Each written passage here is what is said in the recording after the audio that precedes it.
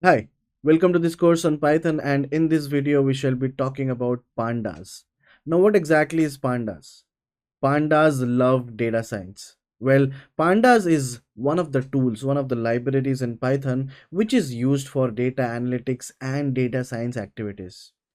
Talking about pandas, pandas is a fast, powerful, flexible and easy to use open source data analysis and manipulation tool. Pandas is a Python library, so installing pandas is super simple. Just do pip install pandas in your command line and pandas will be installed. Pandas is used to analyze data. So in this video, we are focusing to understand each and everything about pandas in details. Well, I have already installed pandas on my machine, so I won't be running this code. But in case you are looking at this code for the first time, the first thing what you need to do is go to your Anaconda prompt or else go to your compiler. If you are using a Jupyter notebook, you can open any of the cells and simply run this command pip install pandas. Okay, so simply pandas will be installed in couple of minutes. Once that is done, then start your code by importing the library. So to import pandas, we have to use import pandas. Here I'm using import pandas as PD, which means PD is an alias that I'm using so that I don't have to call pandas again and again in the code. So I will be using PD, and PD is nothing but the alias name. I'm also using NumPy. What exactly is NumPy? NumPy is numerical Python. We'll be talking about that in the next video, of course. So let's focus on pandas.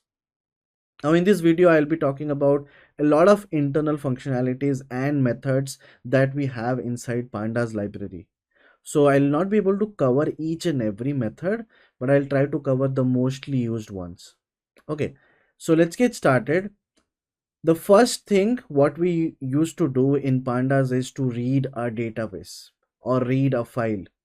And files, when it comes to data analysis, your files could be an Excel file, it could be a CSV file, it could be a text file, it could be a JSON file. So based on the type of file, you can read your file using pandas. So here I have defined df equals to pd.read CSV churn modeling CSV. What is churn modeling? Churn modeling is nothing but one of my data sets that I have. And this is how the data set looks like. I have row number, customer ID, surname, something, something. So many columns I have and so many records I have. Now the main idea is to do some analysis on this data, right? How can we do that? Of course, using pandas. So I have already read it. Now once you read the data frame, so PD is not defined because we haven't run the import statement. Now after running this code, you can simply type your data frame and it will give you an output. So this is how your data frame looks like. And now you can see the data frame has 10,000 rows and 14 columns. Simple. The second method which we will be discussing is head and tail. Now, as you can see here, there are 10,000 rows, right? And you just want to see a glimpse of your data. You want to have a glimpse on your data. Let's say you want to see the top 5 records or the bottom 5 records or top 10 records or bottom 10 records. In that case, you can use head and tail commands. So you can see if I want the top 5 records, I can simply do df.head 5. If I want the top 10 records, I can do df.head 10. So if you are not passing any argument, by default, it takes 5 as an input, as a default value. Similarly in tail will give you an idea about the bottom 5 records or the bottom 10 records or the bottom n records. If I don't pass anything, of course, I will be able to see the bottom 5 records. In case you want to print the bottom 10 records, you can do df.tail 10. I hope everybody is clear with the data frame concept. Data frames are nothing but a tabular data, which in terms of pandas is called as a data frame. Okay, you can read your Excel sheets, your CSV files, your JSON files, and then you can convert that into a pandas data frame. Once you have the pandas data frame, then you can use the various pandas methods to manipulate the data. Now, moving ahead from head and tail, which are the most basic methods, our next method is going to be info. To be very honest, pandas, numpy, and all these libraries which comes into data science areas, they are super simple to use. The methods which are present inside the libraries are very simple. Let's say you want to find the information about your data frame. You can simply use .info. You can see what is .info. .info is nothing but it shows information about your data frame. What information? You can see that it has returned that DF is nothing but a pandas data frame. The range index is 10,000 entries. That means it has 10,000 records. 0 to 9999. We already know that Python indexes start from 0, right? So 0 to 9999 is nothing but 10,000 entries. And these are the different columns that we have. These are the different non-null attributes that we have. And these are the data types of the data. So row number is an integer value. Customer ID is an integer value. Surname is an object. That means it's a string value. Tenure is an integer value, and so on. So based on this, if you quickly identify that, oh, row number is integer, or else customer ID is integer, it shouldn't be integer, it should be a float value. Then you can convert that data into float, right? All these conversions are also possible. But .info immediately tells you the detailed information about your data frame. Let's say some of your column, let's say age, has a lot of null values. You can also identify null values from the info column, from the info method. Let's say here age, it says that 9,000 non-null, which clearly states that you have 1,000 null records. And in terms of data analytics and data science, we have to get rid of our null values, right? So there are some techniques to impute the null values, which we will try to study in the upcoming classes. After info, the next so obvious method is going to be describe. Now describe method, it's an English word and it's very simple to understand. What is describe? What if I ask you, can you describe your mom? Can you describe your dad? That means you want to find the characteristics of your mom and dad, right? That means your mom is having weight this much kg, this much height, all these kind of attributes. Similarly, what do you mean by description, or what do you mean by describe method? That means what is the data frame all about? So describe method basically describes the statistical information of the numerical columns. Now just imagine you have a data. You have 10 columns. Out of 10 columns, 8 columns are numerical and 2 columns are categorical. Categorical as in maybe gender and location. When you do df.describe or the data frame.describe, it always gives you the statistical information of all the numerical columns. Okay, so that is the reason I'm able to see all the numerical columns here, and I'm pretty much sure I will not get the information about surname, about geography, gender. That's it. Rest all the information are there. And what are these information? These are some statistical information. Of course, I will not be able to deep dive and explain what are these statistical information. These are nothing but standard deviation, the mean, the 25th percentile value, the 50th percentile value, which is otherwise called as the median line, 75th percentile value, and the maximum values.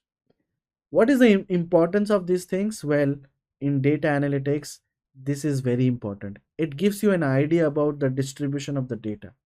From this class, you might not be able to understand details about all these methods, but you will get more information in the upcoming classes. The next method inside your pandas is going to be dot columns. Dot columns basically prints you the different column names. These are your different columns that we have. Another method is dot t. Dot t is nothing but transpose. That means your rows and columns will be tilted. Your rows becomes columns and columns become rows. Transpose operation. Everybody knows about this thing. So here, if I have 14 columns and 10,000 records, that becomes I have 10,000 rows, sorry, 10,000 columns and 14 rows. Okay. So you can see 14 rows and 10,000 columns. What is the advantage of it? There might be some cases where your data is, having some mismatch. In case you have that kind of data, then you can use the dot t, right? Then next operation comes sorting. What exactly is sorting? Now everybody knows that if your age, somebody is having 10, 15, 8, 90, 29, something like that, and you want to sort those values based on age. That means you want the first customer should have the lowest age till the highest age, sorting in ascending order or the other way around. Let's say you want to sort a record or sort a table with respect to a particular column, you can use sort underscore values. You can see when I'm running this code, my output is from lowest till highest. And let's say you want to assign this new sorted records to a new data frame. How can we do that? Simple. You just assign a new df equals to df.sort values. Now, if you do new df.head, it gives you the top 5 records based on age sorted as ascending order. Okay, the youngest attribute is this one. The youngest customer is having this customer ID. He's from Spain. He's a male customer with 18 years of age. Okay, let's say you want to print a particular column. Let's say you want to print balance, because we already have balance here. Let's say you want to print balance. You want to print a specific column. Then you can do df in your square brackets, pass your column name, df balance. Another way is df dot balance. But this technique will not work if your column name is having space inside it. For example, let's say you have a column name called as first name. Okay, first name. Then you can either do like this. Let's say you want to print first name. You can do like this. But if you do like this, it will not work, right? Because it will only treat df.first as the column, and will not find the column, and it will throw the error.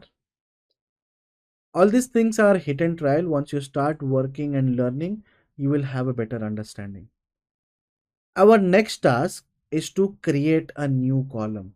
Let's say you have this column called as balance. You want to create another column which should be balance plus 1,000. Okay, you just want to arbitrarily add $1,000 to your balance. Now what you can do is simply, this is balance, I can simply do balance plus 1,000. You can see the first attribute is 0, now it is 1,000. Second attribute is 83k, now it is 84k. So I have added 1,000 to all the values. Simple. Let's say you want to assign them to a new column. Very simple. You can just simply do df of new balance equals to df balance. So doesn't matter if your data frame is having a column called as new balance or not. Let's say in my data frame there is no column called as new balance, right? Here I'm creating a new column called as new balance, which is nothing but balance plus 1,000. If I run this, and then if I run df dot head 5, you can see now I have a new column called as new balance. That's also another beauty of pandas. You can recreate or create new columns. So creating derived metrics is very simple. Here I'm creating another new column, and I am hard coding the value as good day. If I run this, then you can see a new column is created whose name is random column, and I can see the value as good day. Now these are the basic steps, right? Basic steps are quite simple to do. Now comes accessing rows and columns. How to access a certain amount of records. Let's say you have a data frame. If you want to print the top 5 records, I have already discussed, we have to use dot head.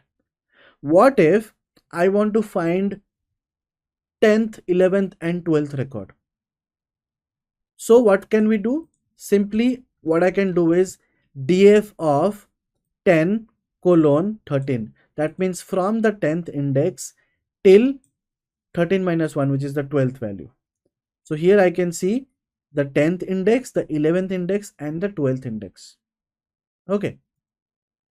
Similarly, if you want to see 20 till 25, then you can pass 20 to 26, which shows you 20, 21, 22, 23, 24, 25. Okay. Similarly, now our next step is, now imagine you have a data frame, you have 10,000 records. Your manager asks you, can you create another data set, or can you analyze how many of them are having age greater than 50?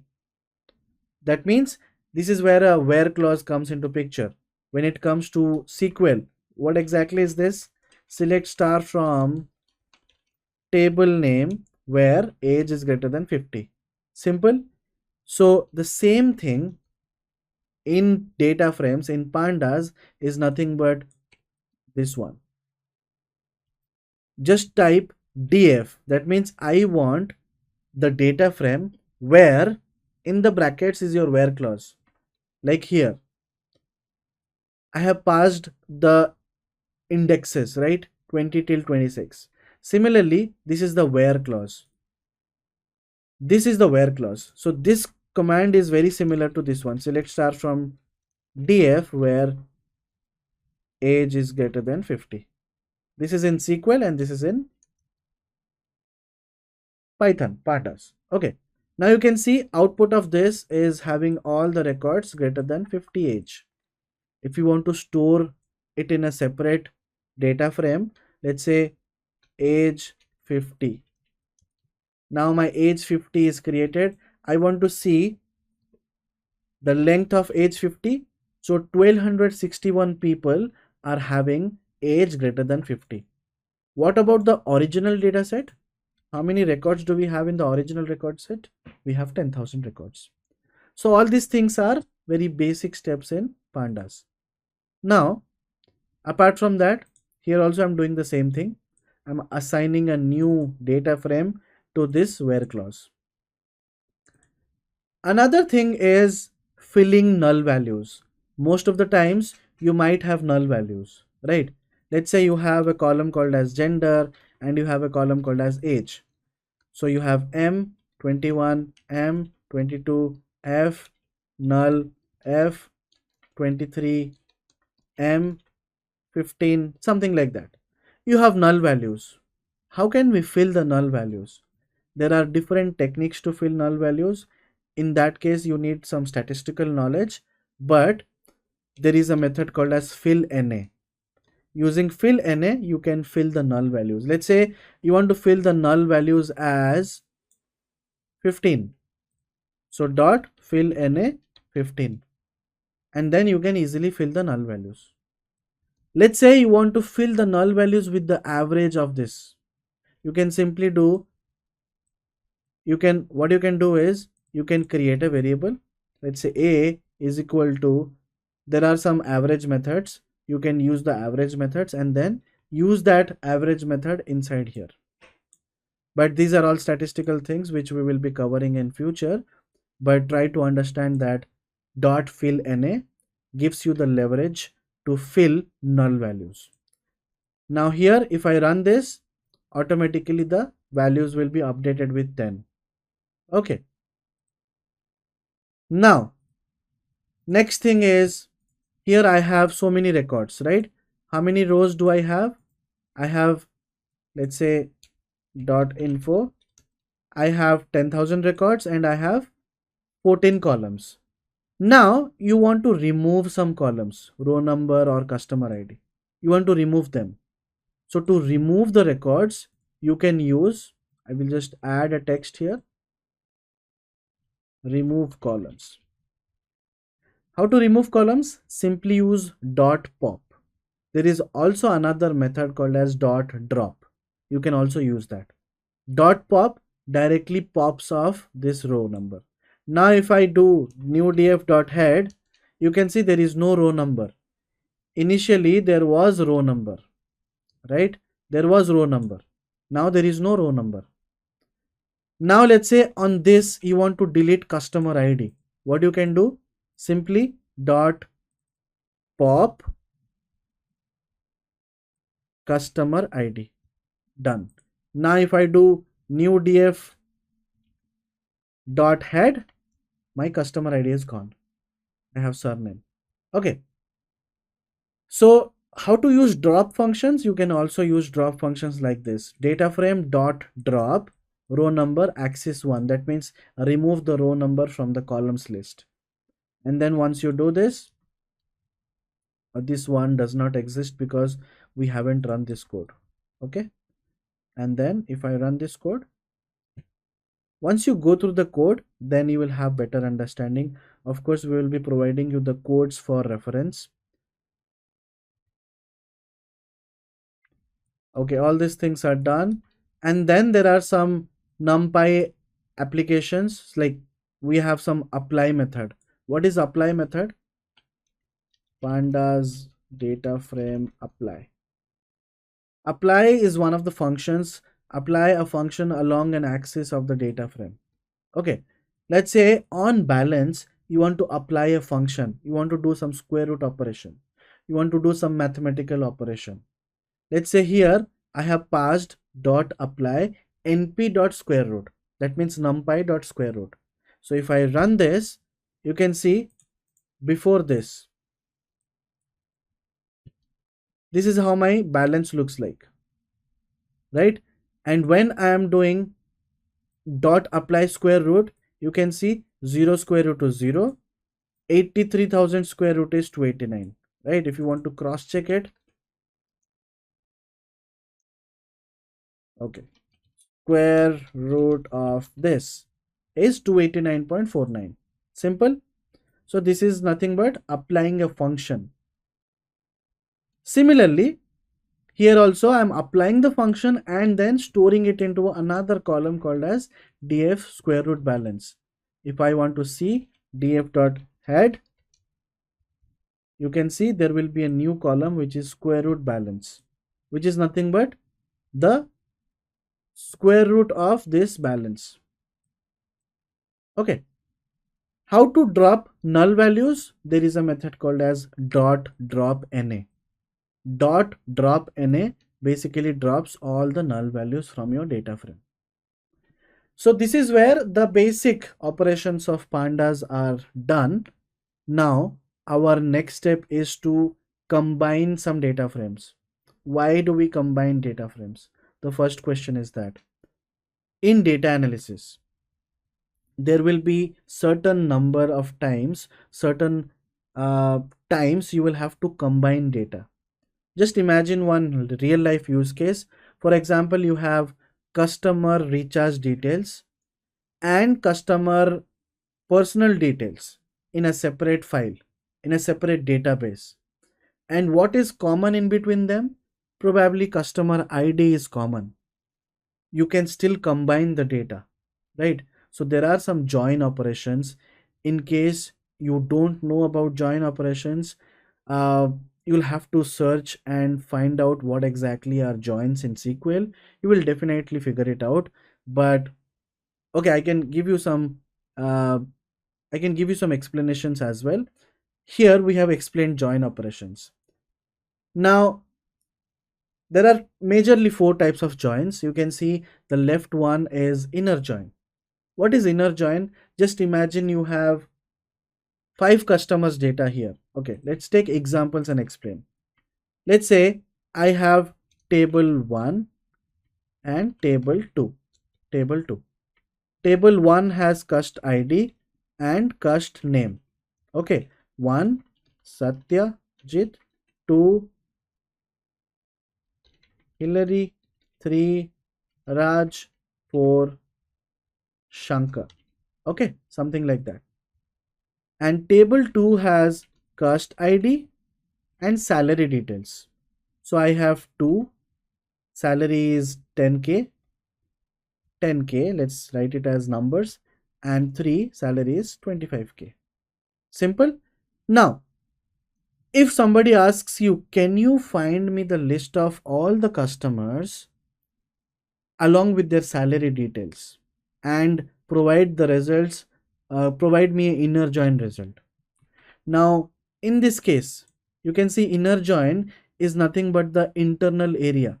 Table 1 and table 2, the common areas, the common data points is your inner join. So what are the common areas? If somebody asks you, my output should be customer ID, customer name, and salary. First of all, whenever you are joining multiple tables or multiple data frames, the first thing you should understand is that there should be a common attribute. There should be a common column. In this case, the common column is cust ID. Okay. So if I do a inner join, your output is going to be 2 Hillary 10,000, 3 Raj 25,000. If I do a left join will basically give you all the entities from the left one, and that's it. The most of the entities from the left one. Right join is most of the entities from the right one, and outer join is the combination of all. Just imagine there is another uh, okay, with this example, what will be the left join? Same customer ID, left join will be 1 Satyajit, 2 Hillary. Let me just copy paste everything, 4 Shankar. And then for first there will be nothing, for second there will be 10,000, for third there will be 25,000, for fourth there will be nothing. This will be the output of a left join. What will be right join? Right join is all the records from the right table and the common records from the first table. So here the output will be Hillary 10,000 and 3 Raj 25,000. In case, just imagine here there is another guy with customer ID 5 and salary as 20,000. Now this 5 does not exist here. So as part of a right join, here there will be an entity for 5 slash 20,000. That means I don't have the name in the table 1. Okay. So these are different concepts of inner join, outer join, and right join. Now moving ahead to the concatenation and merging operation. Let's say this is my data frame. These are my column names and these are my values. If I run this and then if I print df1, this is my df1, and print df2, this is my df2. Okay. Now I have concatenated both the records using pd.concat. What is concat? That means you have one data frame and then you have another data frame. You are just merging it. Okay. So the result is having 8 records. Now I will be performing the same steps. I will define a data frame df1 and df2, and then I will do a join. So let's say this is my df1 and df2. Let me just remove this. Let me print my df1. Let me print my df2. This is my df1 and df2. Okay. After this, I will just zoom out so that everything is visible. Let's say I want to merge these two data frames or else combine these two data frames based on an inner join and based on this column called as C. How many common attributes do we have? C0 is common, C3 is common, that's it, right? Let's say I will do pd.merge df1 df2 on C, how inner. In case you want to write this in your uh, SQL format, this is how it looks like: a dot star b dot star from A inner join B on A dot C equals to B dot C. This is how your inner join looks like in SQL. Okay, just deleting it and then running it. And then if I run the merge df, you can see only the common entities are selected and it is following this pattern. If you want left join 1, 2, 3, 4. My output will be having 4 records.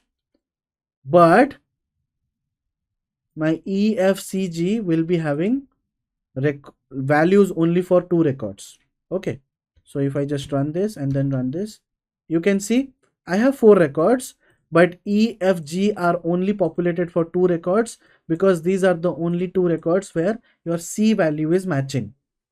Similarly, if you want to try it for the right join, you can see I have all the records for EFG and only 2 records where the matching is happening. Okay. Next operation comes lock versus ilock. And this is where we will wind up our pandas, and then our next video will be on NumPy. The main distinction between the two methods is lock gets rows and or columns with particular labels. ilock gets rows and or columns at integer locations. What does that mean? Let's say I have defined a series, pd.series, list of abcdef, and I have provided this index. You can see these are my indexes and these are my characters. Simple. I want to access the value at 0th index. So simply I can do s.lock of 0. So 0th index is D. So my output is D. What will be ilock of 0? Ilock of 0 is A. Why? Because it is the 0th location. So ilock gives you a result based on the location, based on the index location, and lock gives you the value at the index value. So 0th index will be printed here. Let's say I will run this. Okay.